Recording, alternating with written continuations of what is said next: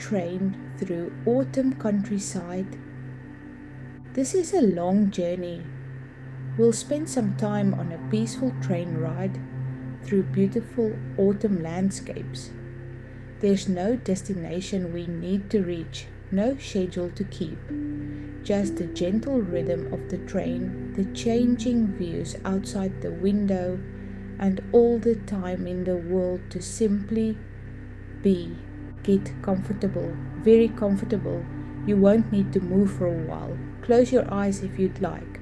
Take a deep breath in. Hold it gently and let it out slowly. Let's begin. It's a Wednesday morning in mid-October and you're standing on a small railway platform in the countryside.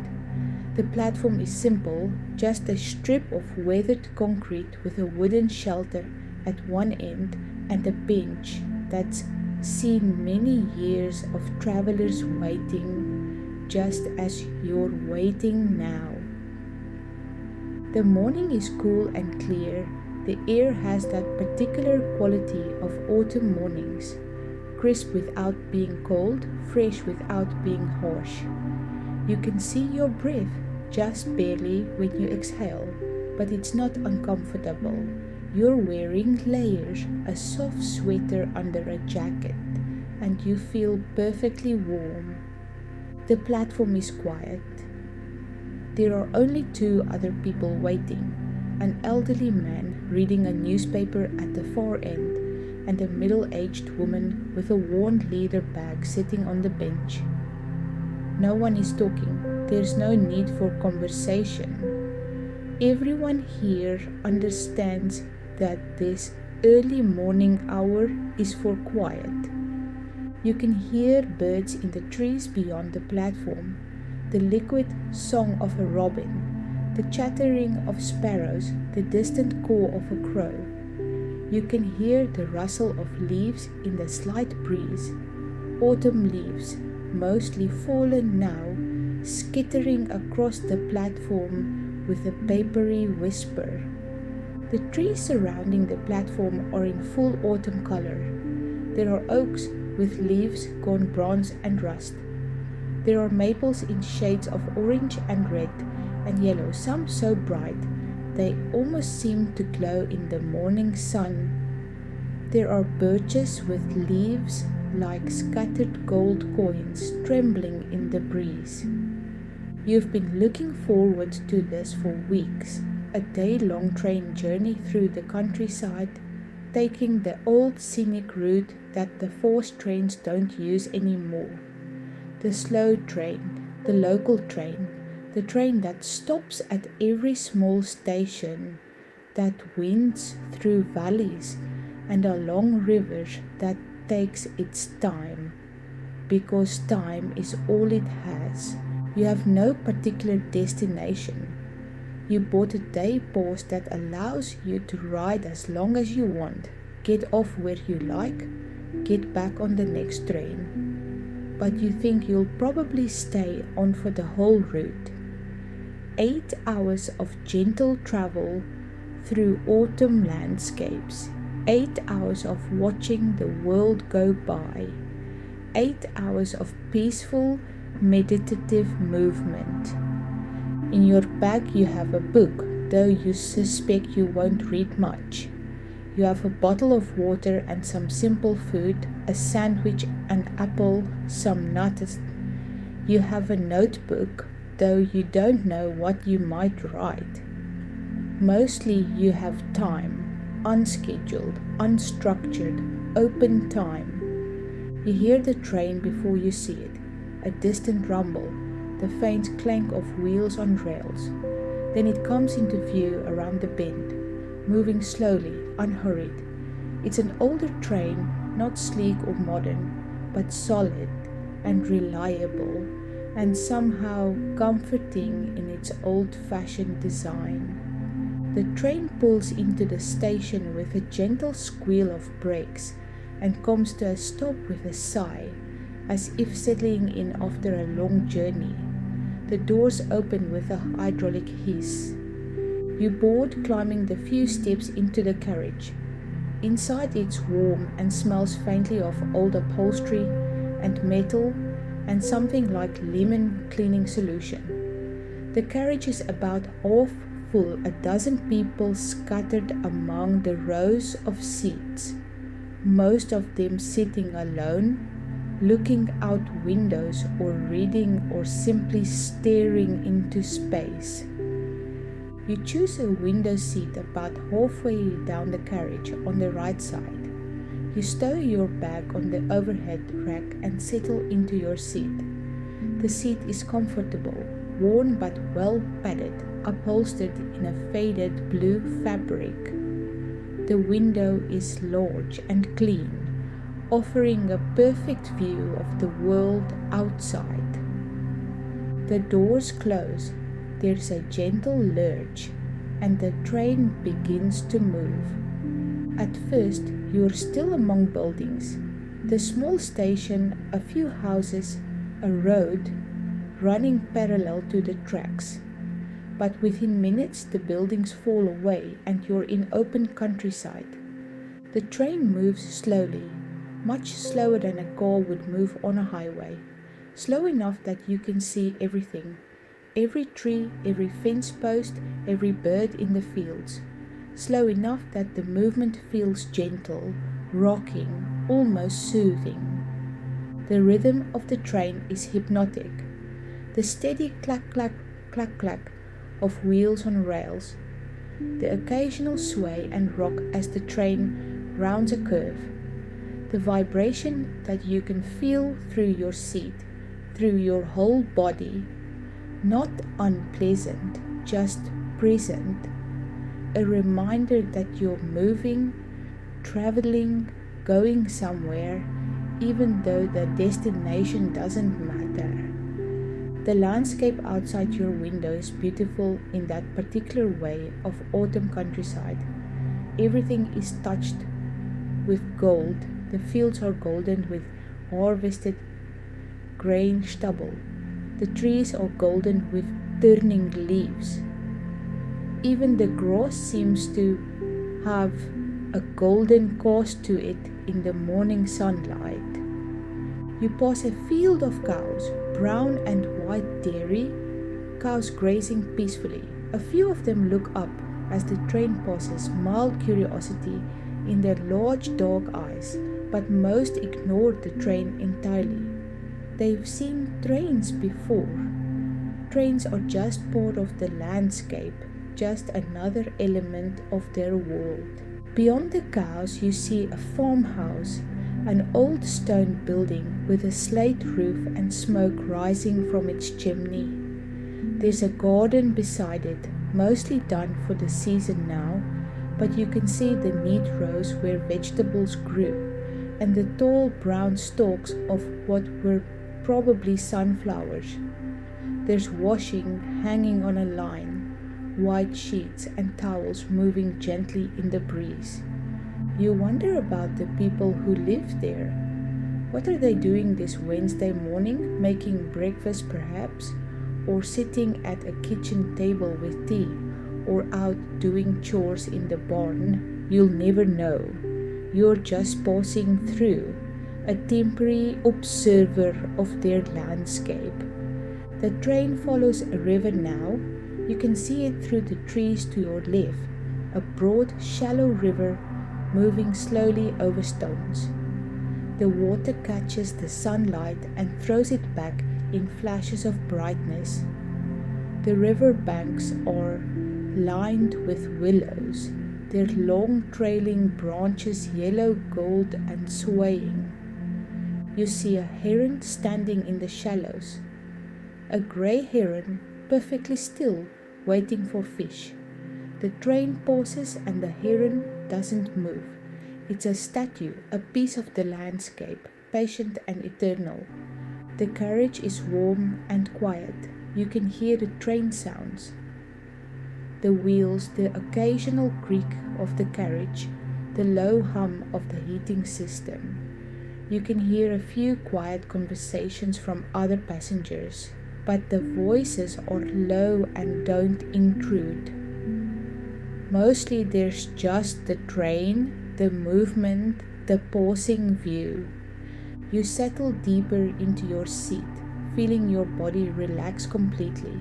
Your shoulders drop, your jaw unclenches, your breathing slows and deepens. There's nothing you need to do, nothing you need to think about. Just this, sitting, watching, being carried gently through the world. The landscape changes gradually. The river curves away and you are moving through woodland now. The trees press close on both sides of the track, forming a tunnel of autumn color overhead. The light filtering through the leaves is golden and dappled, creating patterns that move and shift as the train passes beneath. It's like traveling through a kaleidoscope of autumn. Red leaves, orange leaves, yellow leaves, brown leaves. Some trees still holding on to most of their foliage, others already bare, their branches stark and beautiful against the blue sky. The fallen leaves carpet the ground in thick layers, and when the breeze catches them, they swirl up in little spirals and eddies. You pass a small clearing where someone has stacked firewood, neat cords of split logs ready for winter. The sight is somehow reassuring. Someone has prepared. Someone is ready for the cold months ahead. There's comfort in that. The train emerges from the woodland into more open country. Now you're passing through rolling hills, gentle slopes, covered in grass that's gone golden brown. There are sheep scattered across the hills, white dots against the gold. They're grazing, moving slowly, peacefully, their woolly bodies fat and healthy as they prepare for winter.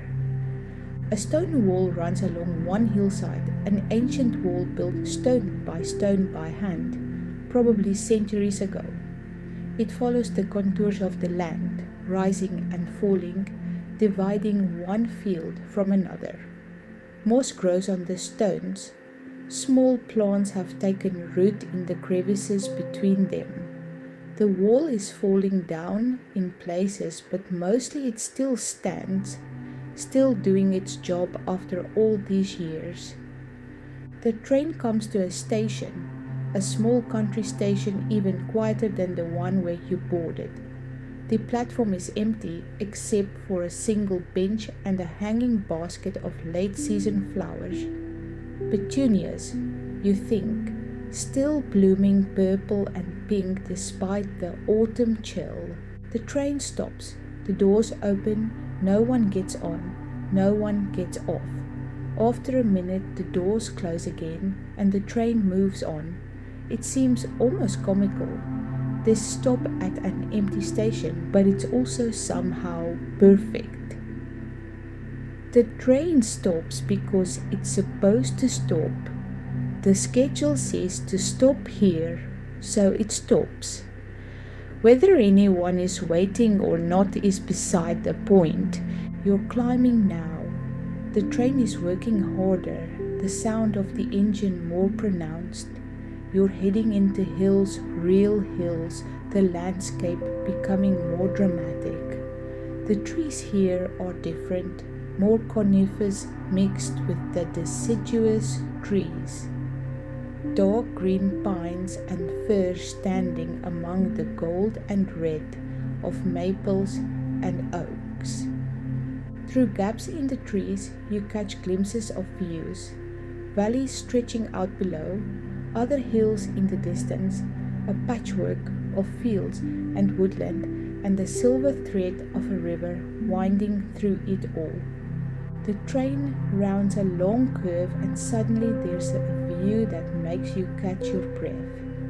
A lake spread out below in a valley, its surface perfectly still and mirror-like, reflecting the sky and the hills and the autumn colors. The lake is large, maybe a mile across, and so still that it looks like claws. There's a small island in the middle of the lake, crowned with trees that are bright yellow. The reflection of the island in the water is so perfect that you can barely tell which is real and which is reflection. It's like looking at a painting, like something too beautiful to be real, and yet there it is, completely real, completely natural. The train follows the shore of the lake for several minutes, and you press close to the window, not wanting to miss a moment of this view. You see a few houses along the shore set back among the trees. You see a small dock with a rowboat tied to it. You see ducks paddling near the reeds at the lake's edge. And then the trees close in again and the lake disappears behind you, already becoming a memory, something you saw and will carry with you. The train levels out now, following a valley floor. There's a village here, the first real village you've passed through. The train slows as it approaches the station. The village is picturesque, in that way that English countryside villages often are. Stone cottages with slate roofs, a church with a square tower, a pub with a hanging sign, a village green with a war memorial, and some old trees. The train stops at the station, and this time people do get off.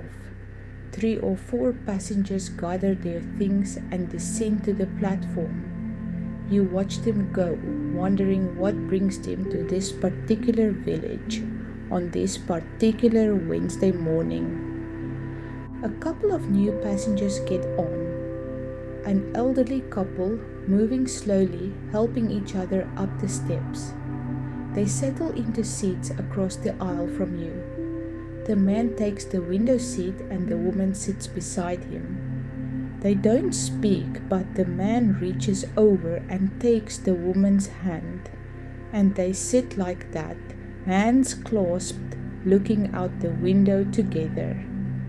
There's something deeply touching about this simple gesture. How long have they been together? 50 years? 60? They move with the ease of long companionship, each knowing what the other needs without words. And here they are, taking a train ride together on a Wednesday morning, still finding small pleasures to share after all these years. The train moves on, leaving the village behind. The landscape opens up again. More fields, more gentle hills, more of that endless autumn gold. You realized you're hungry, so you reach up to the overhead rack and retrieve your bag. You pull out the sandwich you packed, simple cheese and tomato on brown bread. You unwrap it slowly, taking your time. The first bite tastes wonderful. The bread is fresh and slightly chewy. The cheese is sharp. The tomato is ripe and juicy.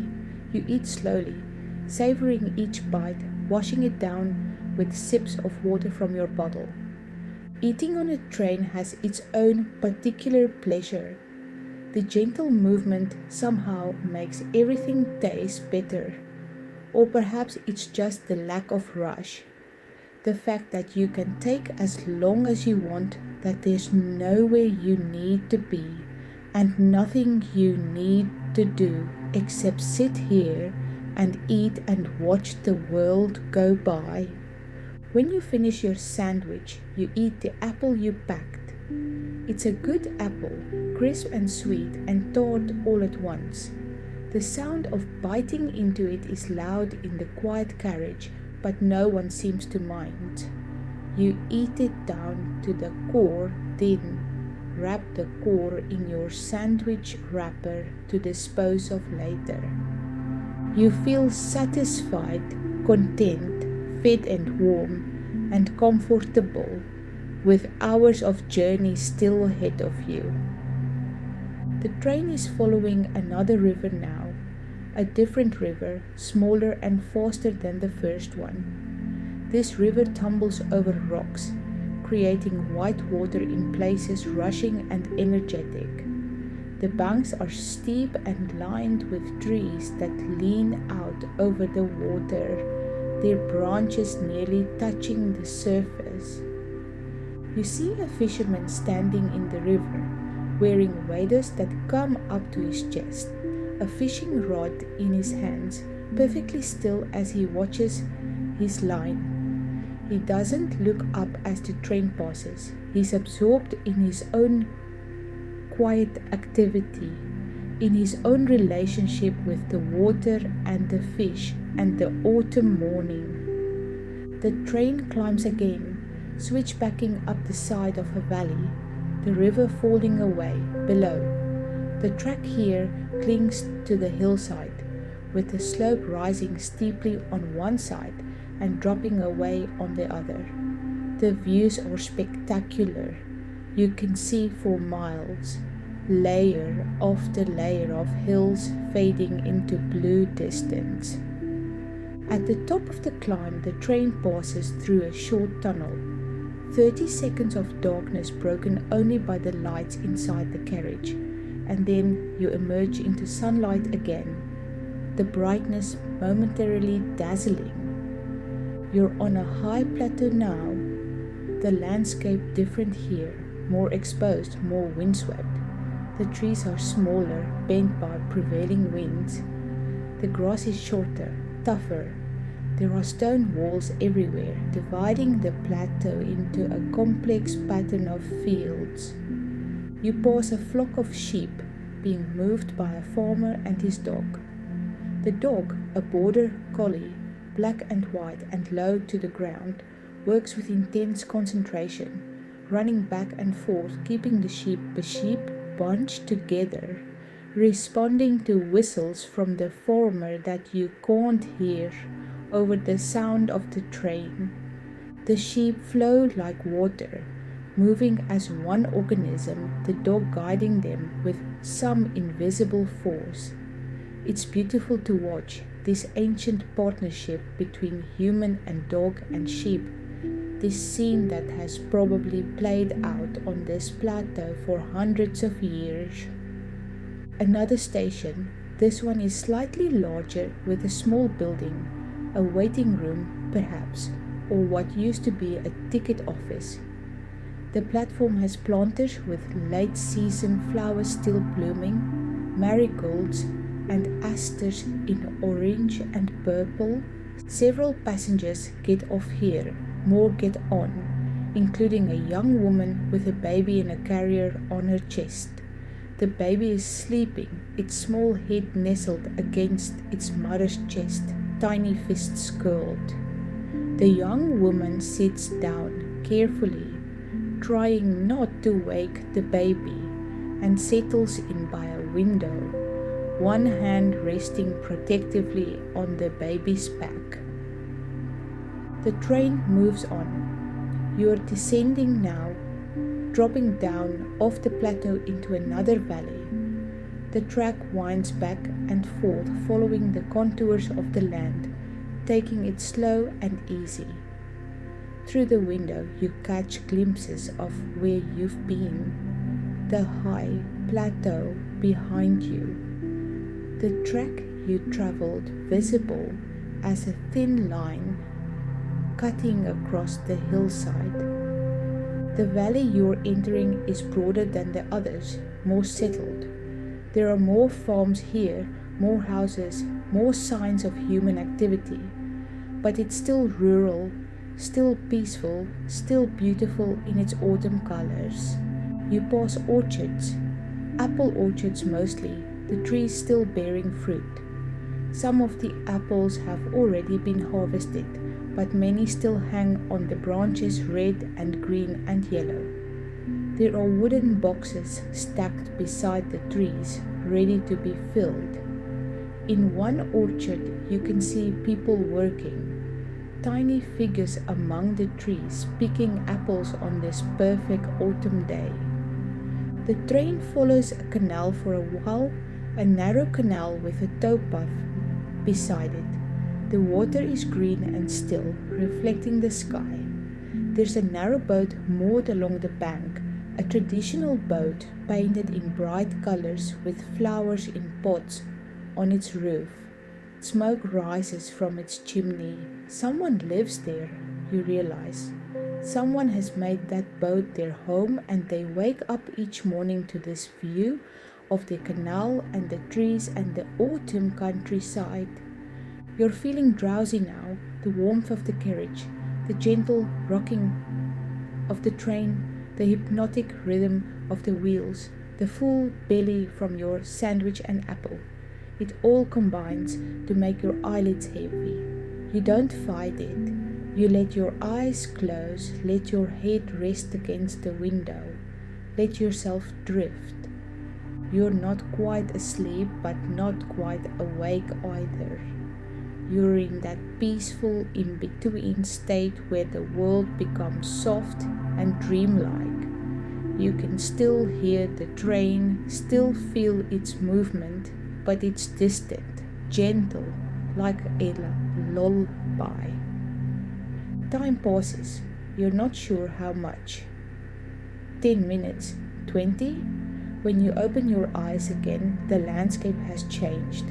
You're in woodland again, deep forest this time, the trees thick and close. The light filtering through is green and golden, giving everything an underwater quality. The train is moving very slowly here, barely faster than walking pace. The track must be old, must need repair, so the train takes it easy, careful and gentle. But that's fine. There's no rush. There's nowhere you need to be. You sit up straighter and look around the carriage. Some passengers have changed. A few have gotten off at stations you didn't really notice. Others have gotten on. But the atmosphere is the same, quiet, peaceful. Everyone absorbed in their own thoughts, their own quiet journey. The elderly couple across the aisle are still holding hands. The woman has fallen asleep, her head on the man's shoulder. The man is still looking out the window, but gently, so as not to disturb his wife. His expression is content, peaceful. This is a good day for him, you think, a simple day, but a good one. The young woman with the baby is reading a book one-handed, the other hand still resting on the baby's back. The baby is still sleeping, its small chest rising and falling with perfect peaceful breaths. You check your watch and are surprised to see that you've been traveling for 4 hours already. 4 hours, and yet it feels like barely any time at all. Time moves differently on this train. It stretches out, becomes elastic, becomes irrelevant. The train emerges from the forest into farmland again. The afternoon sun is lower now, the light taking on that particular golden quality of autumn afternoons. Everything glows, the fields glow, the trees glow. Even the dust motes in the air inside the carriage seem to glow in the shafts of sunlight coming through the windows. You pass a small church standing alone in a field, an old stone church with a graveyard around it. The gravestones are old, leaning at various angles, covered in moss and lichen. The church looks abandoned, but somehow not sad, just peaceful, just resting, just being. More villages, more small stations, more gentle climbs and descents. The train winds through the landscape like a thread being drawn through fabric, connecting places, connecting people, connecting moments. You eat your nuts, taking them one at a time, making them last. They're good nuts, almonds and cashews and walnuts, lightly salted. Each one is a small burst of flavor and texture. You drink more water. You feel completely content. The sun is getting lower.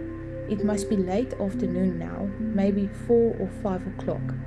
The light is rich and warm, painting everything in shades of gold and amber and honey. The shadows are long, stretching across fields and roads and houses. You pass a farm where someone is bringing cattle in for evening milking. The cows walk in a long line, following the path they know, by heart heading toward the barn. A dog runs alongside them, not really needed, but enjoying the activity anyway. Tail wagging, tongue lolling. The train slows and stops at another station. This one is slightly larger, a junction where another line branches off. There's a cafe on the platform, a small refreshment room with windows glowing warmly in the afternoon light. Several passengers get off, and quite a few get on. The carriage fills up a bit more. A group of teenagers boards, laughing and chatting, full of energy. They settle into seats near the back of the carriage, their voices loud at first but gradually softening, adapting to the quiet atmosphere of the train. The train moves on. The light continues to change, becoming softer, more diffuse.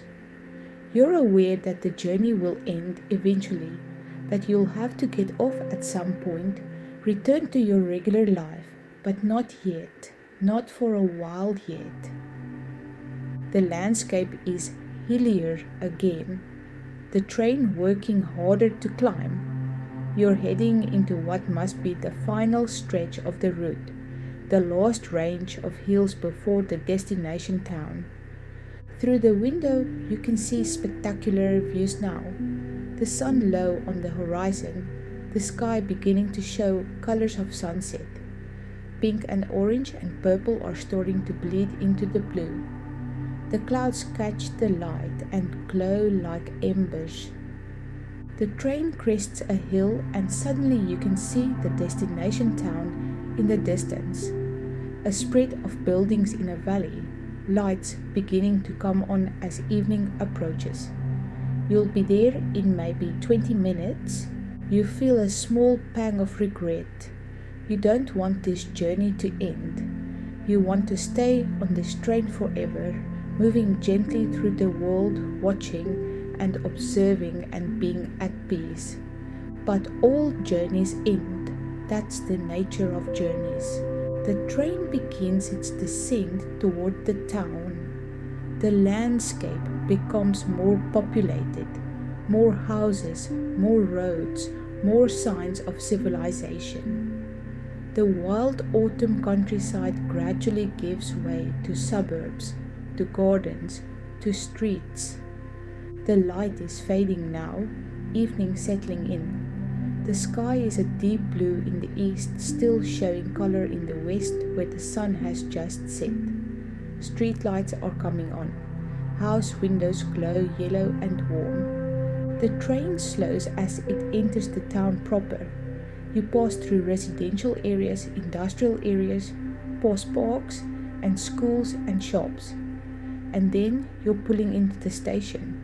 A proper station this time, with multiple platforms and a large Victorian building and people hurrying about with luggage and purpose. The train comes to a final stop with a sigh and a slight jolt. The doors open. Around you, passengers begin to gather their belongings, standing up, stretching, preparing to disembark. You stand too, reaching up for your bag, but you take your time. The elderly couple across the aisle are moving slowly, carefully. The man helps his wife to her feet, and they shuffle toward the door together, still holding hands. The young woman with the baby is trying to juggle her book and her bag while keeping the baby secure. You smile at her, and she smiles back, a tired but genuine smile. You follow the flow of passengers off the train down onto the platform. The evening air is cool on your face after the warmth of the carriage. You can hear the sounds of the station, announcements, conversations, the rumble of other trains. You stand on the platform for a moment, not quite ready to leave yet. The train sits at the platform, its engine ticking as it cools, as if it too is tired after the long day's journey. You think about the journey you just took, the 8 hours of gentle travel, the landscapes you saw, the villages and farms and rivers and hills, the people who shared the carriage with you, each on their own journey, each with their own stories. It was a day out of time, a day of peace and observation and gentle movement, a day of simply being without agenda or purpose or goal. You take a deep breath of the evening air. You feel calm, rested, centered. The world seems slower, kinder, more beautiful than it did this morning. Eventually you turn and walk toward the station exit, but you carry the journey with you.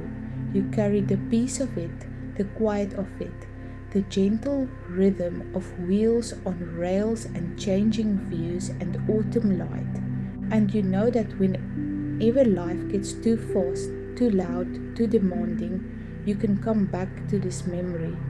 You can close your eyes and be back on that train, watching the world go by, moving gently through golden countryside, with nowhere you need to be and nothing you need to do except look and breathe and be at peace.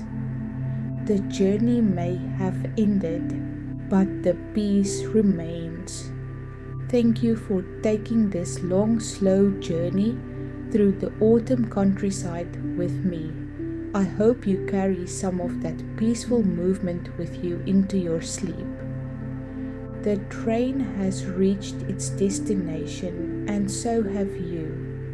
The destination of rest, of peace, of deep, restorative sleep. Sweet dreams, and I'll see you in the next story.